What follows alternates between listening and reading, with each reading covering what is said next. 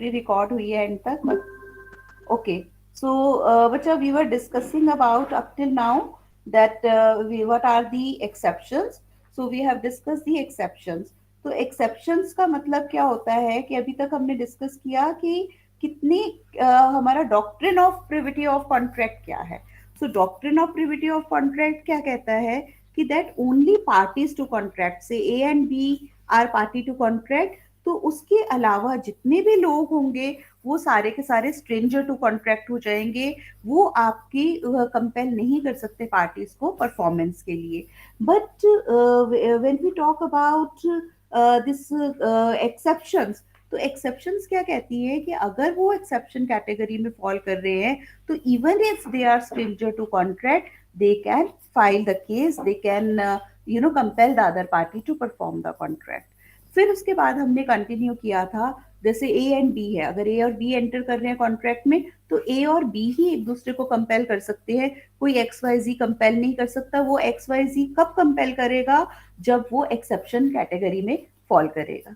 ठीक है, तो इसके अंदर एक्सेप्शंस के अंदर हमने ये डिस्कस करा that we have the exceptions कि अगर बेनिफिशियरी है person in case of trust, तो इवन दो ओरिजिनल कॉन्ट्रैक्ट उनके बीच में नहीं हुआ तब भी वो कंपेल कर सकते हैं. इसमें हमने केस डिस्कस किया कि ए ने बी को प्रॉपर्टी ट्रांसफर करी that this property will be used for the benefit of the blind students.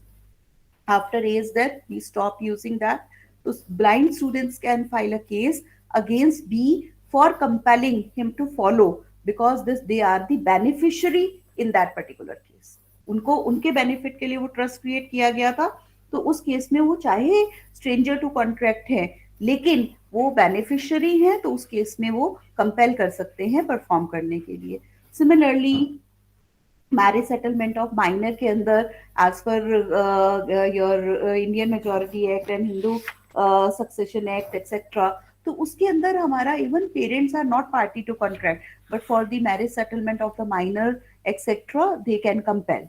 उसी तरह फैमिली सेटलमेंट में हमने देखा चिन्नैया वर्सेस रमैया का केस कि अगर आपकी फैमिली सेटलमेंट है और द पार्टी अगर उसने ए ने बी को प्रॉपर्टी ट्रांसफर करी कि वो सी को कुछ एनओटी देगी, लेकिन उस केस में सी की जगह उनका हस्बैंड जो है वो केस फाइल कर रहा है, तो स्ट्रेंजर टू कॉन्ट्रैक्ट भी है, स्ट्रेंजर टू कंसिडरेशन भी है. लेकिन अगर वो फैमिली सेटलमेंट के अंदर आ जाता है, कवर हो जाता है, तो उस केस में वो उसको कंपेल कर सकता है. Another exception we have discuss doctrine of estoppel और एक्नॉलेजमेंट. तो जहाँ पे दो पार्टीज अपने आप को एक पर्टिकुलर रिलेशनशिप में शो करती हैं और उस रिलेशनशिप के बेसिस पे तीसरी पार्टी कॉन्ट्रैक्ट कर लेती है, तो उस केस में वो डिनाई नहीं कर सकते. तो अगर ए और बी फ्रेंड्स हैं, they are not partners but they have showed C that they are working as a partner, तो सी ने बी के साथ कॉन्ट्रैक्ट कर लिया, तो उस केस में ए ऑटोमेटिकली आपका C can compel A even though A stranger to contract. Contract A और बी के बीच में हुआ है पर डॉक्ट्रिन ऑफ एस्टॉपल के हिसाब से सी ने कॉन्ट्रैक्ट जो है वो ए के साथ किया है, तो उस केस में सी जो है ए को कंपेल कर सकता है परफॉर्मेंस के लिए.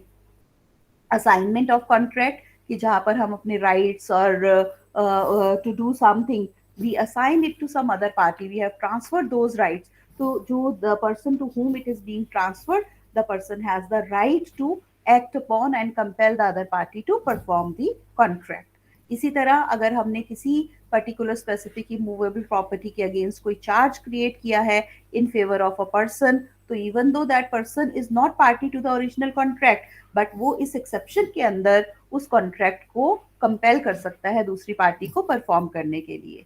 Then similarly we move to agency कि जब आपका एजेंट थर्ड पार्टी से कॉन्ट्रैक्ट करता है तो principal is not here but the contract is being entered into on behalf of the principal, then the principal has the right to compel the third party to perform their part of promise. For example कि agent ने 10,000 की जो goods है वो आपकी सी को sell कर दी, right. Now agent is no more into existence, तो जो प्रिंसिपल है वो आपका सी को कंपेल कर सकता है to make the payment of this 10,000 rupees, right. Then we discuss about the covenants running with the land.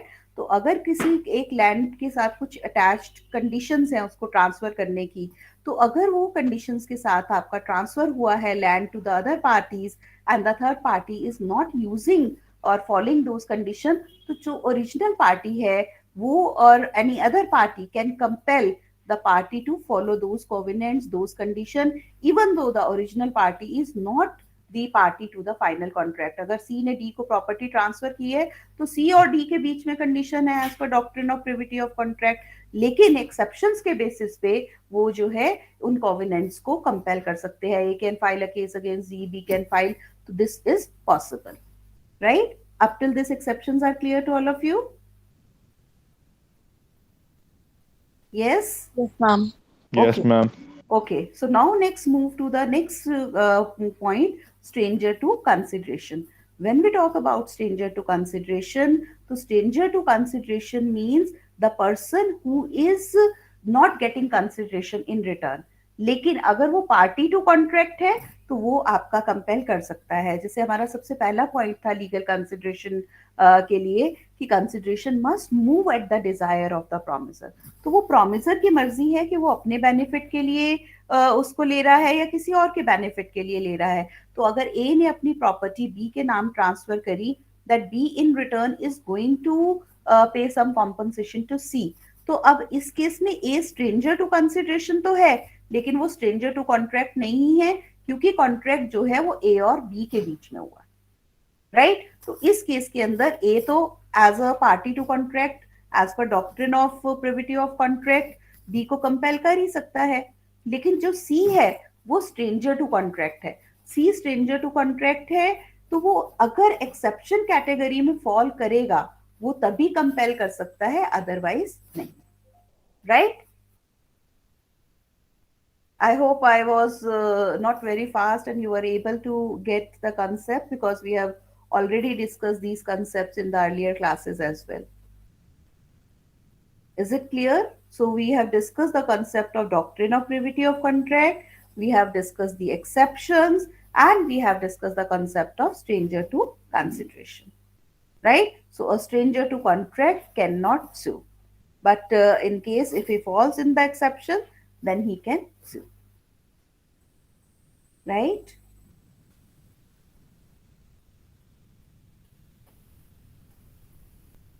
Yes, beta.